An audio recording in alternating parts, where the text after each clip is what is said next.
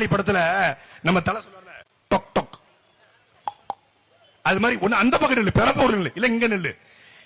திருச்சி பெரம்பூர்ல 51 வயசு வேட்புமனு தாக்கல்ல, இங்க 52 வயசு. ஏப்பா ஒரு நாள்ல உனக்கு 1 வயசா கூடிச்சாப்பா? ஒரு வேட்புமனு தாக்கலையே ஒழுங்கா திருத்தமா பண்ண முடியாத நீ நாட்டை திருத்திருவன்னு சொல்லுது. வேடிக்கையே இல்லையா? பக்கா மாசு, முட்டை கோசு, பொடி மாசு. ஒரு வேட்புமனு தாக்கலையே ஒழுங்கா பண்ண முடியல brother. Bro what bro, this is very wrong bro.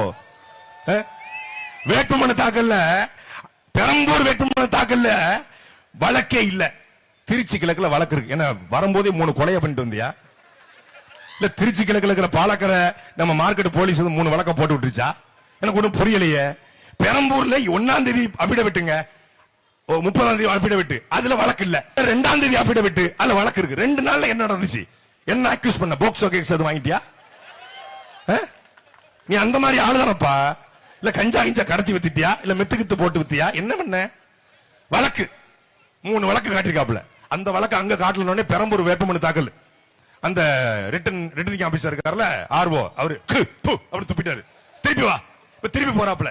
எனக்கு தெரிஞ்சு ஏப்ரல் 23ஆம் தேதிக்கு வேட்புமனு தாக்கல் பண்றதுக்கும் திரும்பி போறதுக்கும் சரியா இருக்கும் நேரம்.